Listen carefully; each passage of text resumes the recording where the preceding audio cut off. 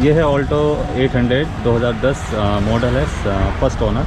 तो संजय जी बताइए इसमें क्या प्रॉब्लम हो रहा है? सर की प्रॉब्लम ये थी, गाड़ी मिसिंग कर रही थी। अच्छा। और बैटरी कभी भी गाड़ी स्टार्ट नहीं हो रही थी। अच्छा। तो ये गाड़ी आई थी, थोड़ी बॉडी का क्लीन किया, सारा कुछ चेक किया। आप देख रहे बैटरी की जो गिरवटी कम है। अच्छा। तो फिर देखा तो बेल्ट इनका जो है थोड़ा टूटा हुआ है, बेल्ट स्लिप मार रहा था। अच्छा। स्लिप मारने की वजह से बेल्ट की वजह से प्रॉब्लम आ रही है कि बैटरी फुल चार्ज नहीं हो पा रही है, जिसकी वजह से बैटरी वीक हो जा रही है। अच्छा। और जब बैटरी वीक हुई तो धक्का वगैरह लगा के स्टार्ट करना पड़ेगा। ओके। तो इस चक्कर में प्रॉब्लम आ रही थी और उसके बाद ये सब कर दिया। फिर गाड़ी क्या है, सीएनजी में मिसिंग बहुत कर रही है। फिर हमने टोटल बॉडी खोला, देखा बहुत गंदी है। टोटल बॉडी खोल के क्लीन कराया, यहाँ से खुलवा के वो क्लीन कराया, स्पार्क प्लग क्लीन कराया, ठीक है, मैच सेंसर वगैरह क्लीन किया पूरा। उधर फ्यूज़ बॉक्स वगैरह आया तो एक फ्यूज जुड़ा हुआ था, देखेंगे आप। तो इसको भी डाल लेना है, गाड़ी ओके किया है। अब पूरी गाड़ी चेक ही कर रहे हैं, अब ये सारी पुली वगैरह जितनी भी है।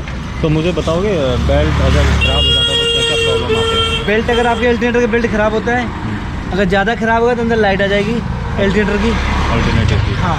तो और अगर थोड़ी बहुत स्लिप मार रहा है तो ऐसे तो ठीक दिखाएगी, लेकिन जब गाड़ी चलने लगे तो स्लीपिंग बढ़ जाएगा। स्लीपिंग बढ़ जाएगा तो बैटरी डिस्चार्ज होती रहेगी, बैटरी फुल चार्ज नहीं कर पाएगा वो जितना करना चाहिए। उसकी वजह से क्या होगा कि लाइट वगैरह में दिक्कत आएगी, गाड़ी में झटके मार सकती है, मिसिंग प्रॉब्लम भी हो सकता है, मतलब कुछ भी कई प्रॉब्लम दिखाती हैं गाड़ियाँ। मेन प्रॉब्लम यही है कि बैटरी डिस्चार्ज होगी तब गाड़ी स्टार्ट नहीं होगी, लंबा चला दोगे फिर स्लिप मारता चार्ज नहीं होगी बैटरी, तो आगे जाके अभी परेशानियाँ बढ़ती जाएगी। एसी चलाएंगे तो और दिक्कत करेगी। तो बेल्ट का ये प्रॉब्लम है। हाँ, ये बेल्ट की प्रॉब्लम है, जिसकी वजह से बेल्ट स्लिप मार रहा है, कह रहे कि टूटा हुआ है। तो स्लिपिंग की वजह से इंडिकेटर पूरा बैटरी को चार्ज नहीं कर पा रहा है। तो ये है पुराना बेल्ट, ये नया बेल्ट। तो इसमें क्या खराबी था? सर बेल्ट खराब हो जाता है, प्लस क्या होता है बेल्टों का, जैसे वो बाहर से ही टूटे, एक ग्रिप जो देख रहे हैं पतले हो गए बिल्कुल, फिर स्लिप मारने लगते हैं। अच्छा। हाँ, स्लिप मारते हैं तो बैटरी क्या फुल चार्ज नहीं करती। देखिए न्यू बेल्ट है, ये ओल्ड बेल्ट है, दोनों ग्रिप में देखिए क्या फ़र्क आ गया। अच्छा, ये काफ़ी पतला हो गया, ये हाँ, फिर स्लिप करने लगते हैं।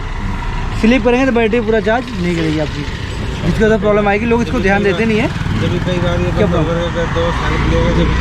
जी जी। अच्छा, तो ये प्रॉब्लम है। तो कितने की बेल्ट मिल जाती है? ये बेल्ट सर 130 रुपये की बेल्ट है। अच्छा। जो कि ये गेट्स कंपनी का बेल्ट होता है और गेट्स कंपनी का अच्छा बेल्ट चलता है। अच्छा जी, एक बार बता दिया करो ना कि हमारे नहीं आ रहे। तो यहाँ पे नया बेल्ट लग गया है और ये 2 बेल्ट है ना? 12 नंबर दो बेल्ट है।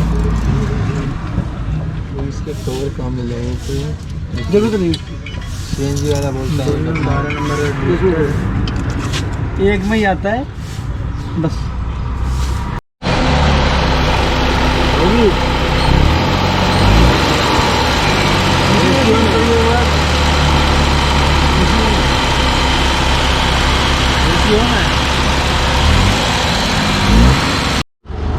सर देखिए ये ना कूलेंट खराब है, जो एसी वगैरह भी इससे काम नहीं करता।